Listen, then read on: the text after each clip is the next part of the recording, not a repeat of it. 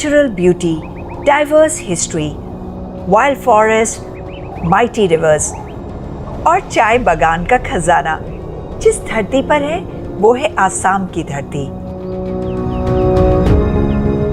अपने देश के सबसे कम एक्सप्लोर्ड रीजन्स में से एक Assam has an immaculate and untouched aura जो हर किसी को अपनी ओर आकर्षित करता है। आसाम के कुछ ऐसे ही अनछुए हिस्से हैं जिसे आज मैं एक्सप्लोर करने जा रही हूँ अपने सफरनामा में। So welcome to my Safarnama.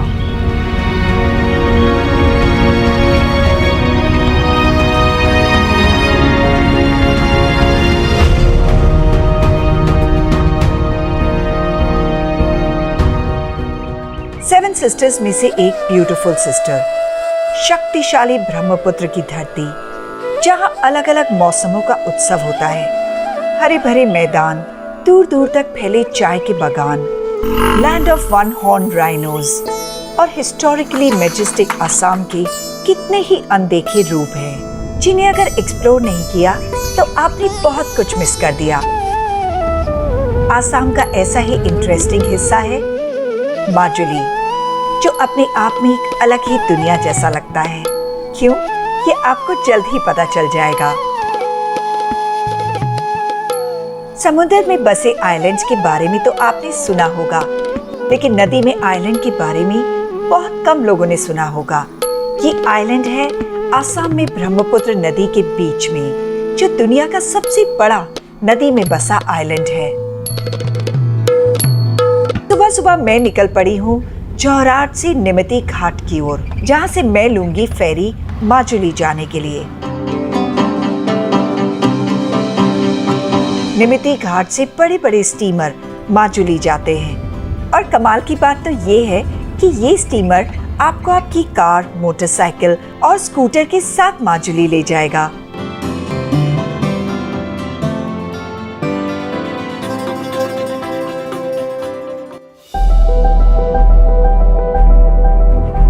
Majuli जाने के लिए मैंने कल्चरल कैपिटल ऑफ असम यानी जोरहाट से फेरी ली है। ब्रह्मपुत्र में बसा माजुली वर्ल्ड का लार्जेस्ट रिवर आइलैंड है। निमिती घाट से सुबह 8:30 बजे से 3:30 बजे तक हर घंटे माजुली के लिए बोट मिलती है और माजुली के कमलाबाड़ी घाट से निमिती घाट तक सुबह 7 बजे पहली और शाम को 3 बजे आखिरी बोट निकलती है।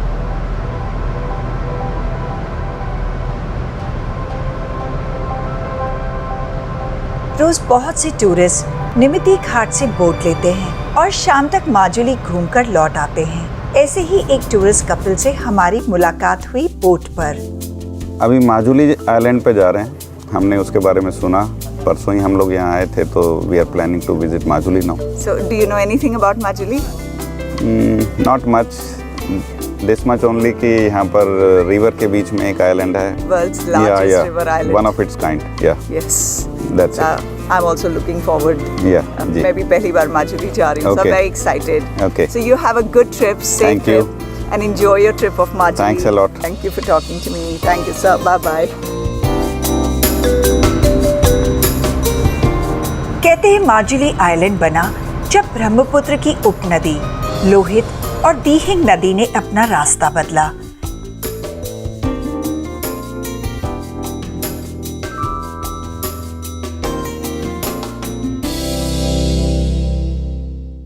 सितंबर 2016 में Guinness book of world records ने माजुली को लार्जेस्ट रिवर आइलैंड डिक्लेयर किया। माजुली अब सिर्फ आइलैंड ही नहीं है, बल्कि इसे डिस्ट्रिक्ट में कन्वर्ट कर दिया गया है। ये खूबसूरत आइलैंड आज भी पोल्यूशन से दूर है। द आइलैंड सपोर्ट्स बायोडाइवर्सिटी, इसलिए यहाँ बर्ड्स, पेड़ पौधों और फूलों की ढेरों स्पीसीज देखी जा सकती हैं। माजुली में अभी मेरे सफर की शुरुआत ही हुई थी कि तभी मुझे दिखाई दी एक बहुत खूबसूरत साइट जिसने मेरे बढ़ते हुए कदमों को रोक लिया। छोटे से तालाब के किनारे बनी खूबसूरत असमी हट्स।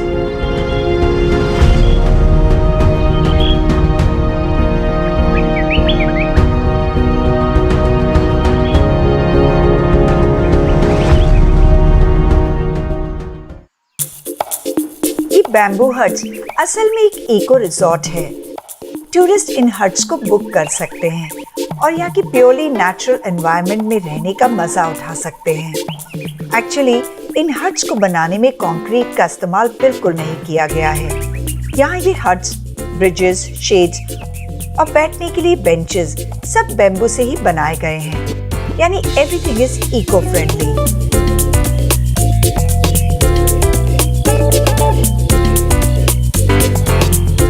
छोटे से तालाब के किनारे बनी ये हट्स किसी फिल्म सेट की तरह लगती हैं।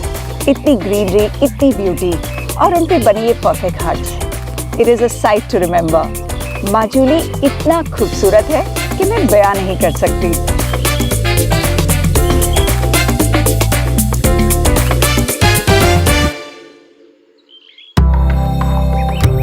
इस प्यारे से रिजॉर्ट को एंजॉय करने के बाद मैंने सोचा कि अब मुझे आगे बढ़ना चाहिए, क्योंकि माजुली में बहुत कुछ है देखने के लिए और मैं कुछ भी इम्पोर्टेंट मिस नहीं करना चाहती।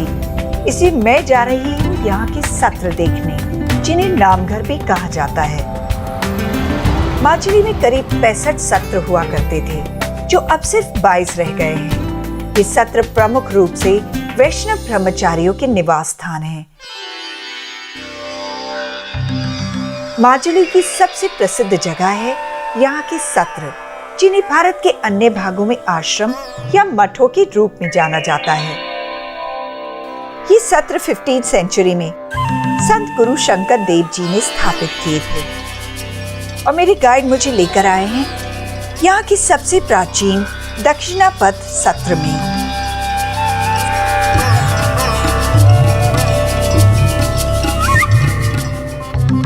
Satras are basically a Neo-Vaishnavite religious institute. So it has founded by Mahaprabhu Srimanta Shankardev to reform the society, to unite the people. The word Satra itself signifies to gather the people. And during that time, it was like 15th century to 16th century, it was not a good time. The society was not stable. To make it stable, Mahaprabhu Srimanta Shankardev has introduced this Satra culture. And then he has introduced the setup of Satra. All four sides, the quarters of the Bhakats. Bhakats means the Vaishnavites who reside in the campus. And these are traditionally called as Bohas. And in the mid there is the temple. It's traditionally we call the Namghar.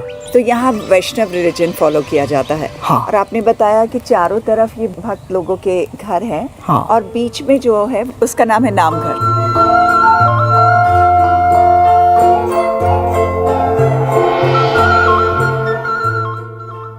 सत्र के चारों तरफ वैष्णव अनुयायी रहते हैं, जिन्हें भक्त भी कहा जाता है। छोटे भक्त भी अपना खाना खुद बनाते हैं और सत्र में पढ़ाई के साथ ये कॉमन स्कूल में भी पढ़ते हैं। ये श्री श्री दक्षिण पथ सत्र है, जहाँ भगवान विष्णु को पूजा जाता है। यहाँ भक्त भगवान विष्णु के अनुयायी हैं। ये माजुली का प्राचीन और इम्पोर्टेंट सत्र माना जाता है। इसी मंदिर से रास लीला का फेस्टिवल शुरू किया गया था।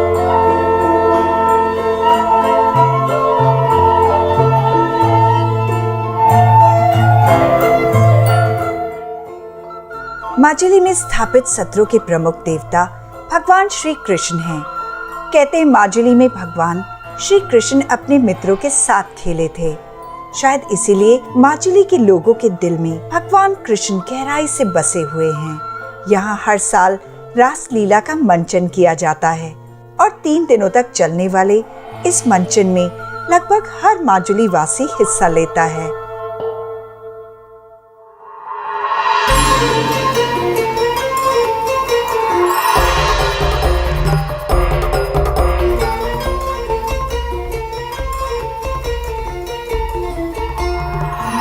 कहते हैं जब भगवान कृष्ण माजुली में अपनी पत्नी सत्यभामा के साथ आए थे, तो सत्यभामा को लगा कि शायद कृष्ण उन्हें द्वारका ले आए हैं और उन्होंने कृष्ण से पूछा कि क्या यही आपकी द्वारका है। तो इस पर कृष्ण ने हंसकर उत्तर दिया कि नहीं, लेकिन एक दिन यह नगरी भी द्वारका हो जाएगी। सत्र के शांत वातावरण में आकर मन को बहुत शांति मिलती है। मन करता है जैसे हमेशा के लिए वक्त यहीं ठहर जाए।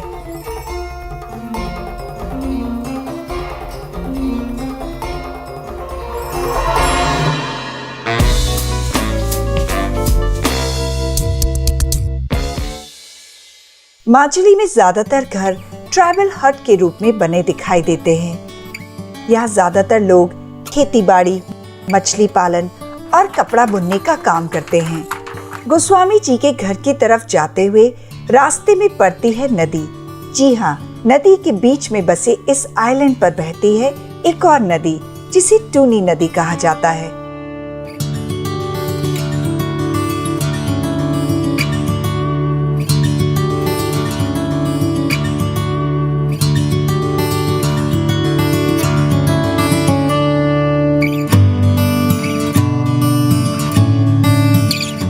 माजुली के 22 सत्रों में से एक समागुरी सत्र, जो कि एक ग्रह सत्र है, इस सत्र के हेड हैं श्री हेमचंद्र गोस्वामी जी। इस सत्र में 17वीं सेंचुरी से समागुरी मास्क बनाए जा रहे हैं और हेमचंद्र गोस्वामी जी इस मास्क मेकिंग की कला के एक्सपर्ट हैं। अभिनंदन है आपका कि आपने हमें अपना वक्त दिया। मुझे बताइए कि मास्क मेकिंग माजुली में कैसे शुरू हुआ और क्यों बनाया जाता है? মুখা শিল্প অসমৰ এক পুৰণা শিল্প আৰু এই শিল্প বিশেষকৈ জড়িত আছে নাটকত অৰ্থাৎ ভাওনাত। মহাপুৰুষ শ্ৰীমন্ত শংকৰদেৱে এই মুখা ভাওনাত ব্যৱহাৰ কৰাইছিলে। ये एक्चुअली मास्क मेकिंग जो ये होगा बहुत ही पुरानी आर्ट। 16th सेंचुरी श्रीमंत शंकरदेव गुरुजी, असम का गुरुजी, उन्हीं ने शुरू कर दिए है कल्चर। बेसिकली ये मास्क ड्रामा के लिए होगा। ड्रामा एक्चुअली असम इस कॉलेज भावना में क्या हुआ, कोई कैरेक्टर अपना मुख पे मेकअप करके लोग परफॉर्म किए हुए हैं। अगर ऐसा कोई कैरेक्टर है जो कैरेक्टर मेकअप से पॉसिबल नहीं हो पाएगा अपना मुख पे, ऐसा वाले कैरेक्टर मुखौटा से परफॉर्म किए हुए, यही होगा ट्रेडिशन। सो इसकी ये ट्रेडिशन शंकरदेव गुरुजी ने दे दी। तो आप हमें कुछ माजुली के बारे में बताइए। एक्चुअली माजुली होगा ये ब्रह्मपुत्र रिवर का बीच में जो रखा हुआ माजुली। माँ मीन्स लक्ष्मी, माँ मीन्स लक्ष्मी, और जूली मीन्स भराल मीन्स जो प्रिजर्व किए हुए, प्रिजर्व करने का जो ये किए हुए हम लोग भराल बोलते हैं ना, यही है। थैंक यू सो मच, आपने मुझे इतना समय दिया। Thank you. बहुत अच्छा लगा मिलके आपसे। Thank you. मुझे डॉक्टर साहब ने बताया कि पहले ये मास्क ऐसे नहीं हुआ करते थे। सन 2000 से डॉक्टर साहब ने ये मास्क ऐसे बनाए हैं कि ये अब लाइव लगते हैं। माजुली में मुखौटा बनाने की कला उतनी ही पुरानी है जितने पुराने यहाँ के सत्र हैं।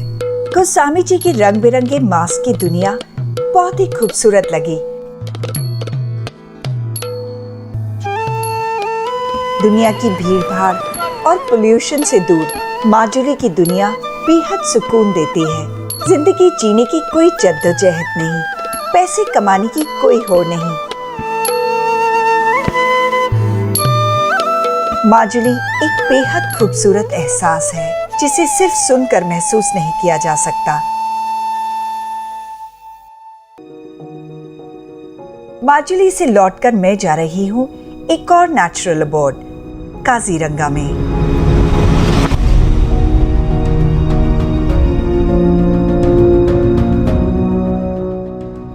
If you love wild life तो आपको काजीरंगा जरूर आना चाहिए। काजीरंगा इंडिया का most sought after wild life holiday destination है।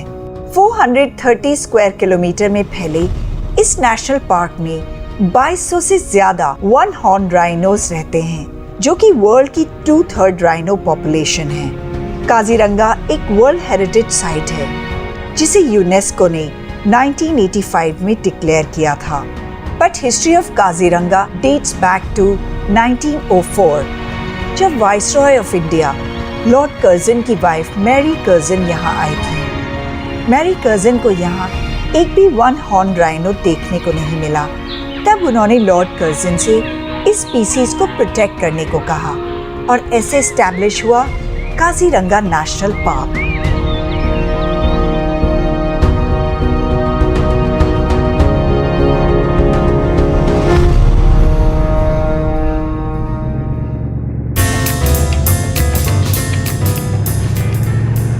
मॉर्निंग, इट्स 8 AM और मैं जा रही हूँ काजीरंगा सफारी के लिए।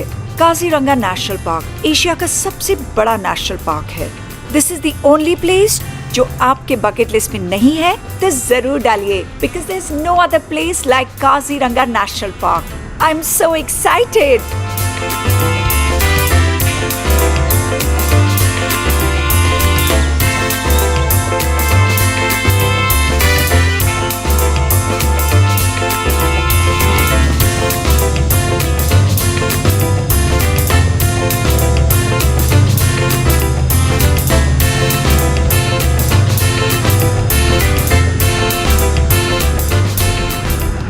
और रास्ते में मुझे मिल गए बिहू के लोक गीतों पर नाचते गाते छोटे छोटे बच्चे, और मैं खुद को उनके बीच जाने से रोक नहीं पाई।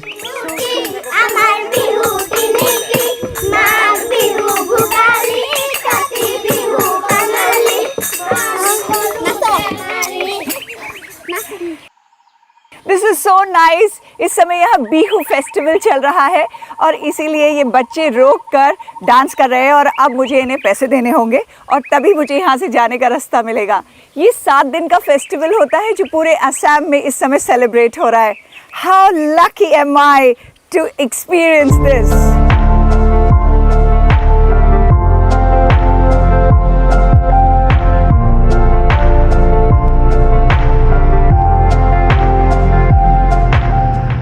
काजीरंगा फेमस है 1 हॉर्न राइनोस के लिए। साथ ही यहाँ पर एशियाटिक एलिफेंट्स देखे जा सकते हैं और उनकी पॉपुलेशन यहाँ सबसे ज्यादा वर्ल्ड में मानी जाती है।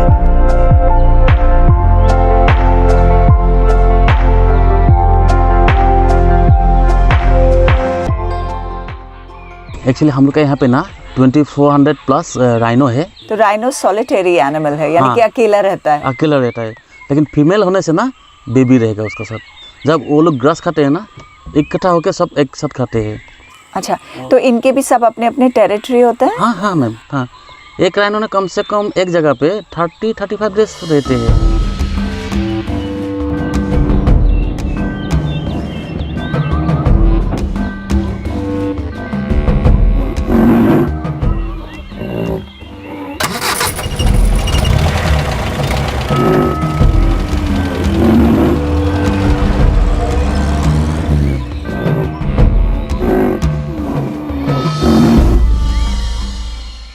Oh my goodness, इतनी पास से राइनोस मैंने कभी नहीं देखे।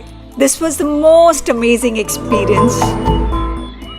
काजीरंगा सिर्फ एक नेशनल पार्क नहीं है, ये इंडिया के बेस्ट बायोस्फीयर रिजर्व्स में से एक है।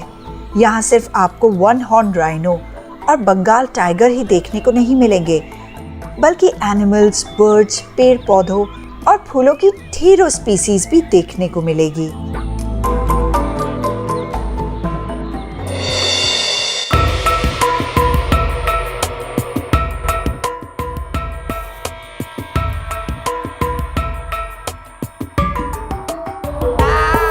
Look at this! अगर आप काजीरंगा आए तो ये सुवेनियर की तरह यहाँ से ज़रूर लेके जाएं। मैं यहाँ से ये 1 हॉर्न राइनो ज़रूर लेके जाऊंगी।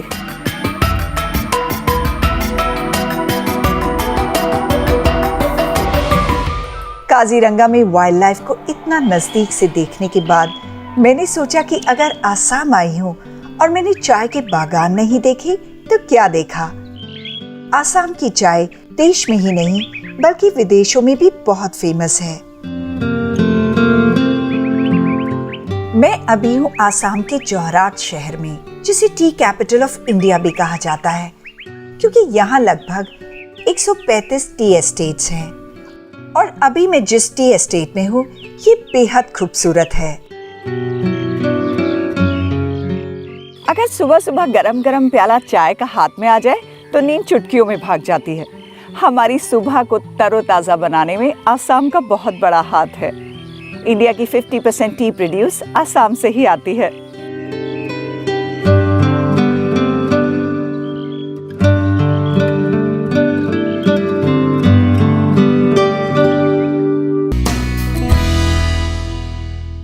आसाम की चाय की बात ही कुछ और है। इसकी महक और इसका स्वाद एकदम अलग है। और खासकर अगर आप इसे चाय के बागान के बीच में बैठकर पिएंगे तो इसका स्वाद और भी अच्छा हो जाएगा।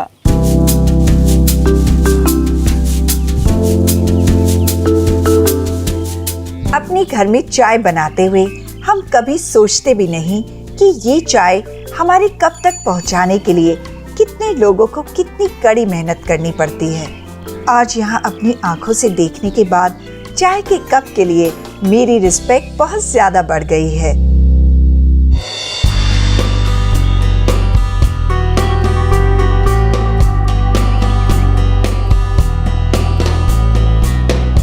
मुझे लगता है कि अगर आपको नेचर को पूरी तरह से उसके हर रूप में एंजॉय करना है तो आसाम आपकी ट्रैवल लिस्ट में होना ही चाहिए। मैंने तो यहाँ आके बहुत एंजॉय किया। ब्रह्मपुत्र में माजुली तक का क्रूज बहुत ही कमाल का था। माजुली जाना यानी 100 साल पहले भारत में कदम रखने जैसा है, जहाँ मॉडर्न टाइम्स की कुछ ही टेक्नोलॉजी आ पाई है। काजीरंगा नेशनल पार्क में नेचर के बीच रहने का मजा ही कुछ और था। और चाय के बागानों ने तो मेरी चाय के लिए थिंकिंग ही चेंज कर दी। नॉर्थ ईस्ट इंडिया के अपने सफरनामा में आसाम से अब मैं विदा लेती हूँ। अगले एपिसोड में मैं आपको लेकर चलूंगी एक ऐसी जगह जो मशहूर है अपनी सीनिक एनवायरनमेंट और बुद्धिस्ट मॉनेस्ट्रीज के लिए, यानी अरुणाचल प्रदेश के बॉमडिला शहर। तब तक के लिए हंसते रहिए, मुस्कुराते रहिए एंड कीप ट्रैवलिंग।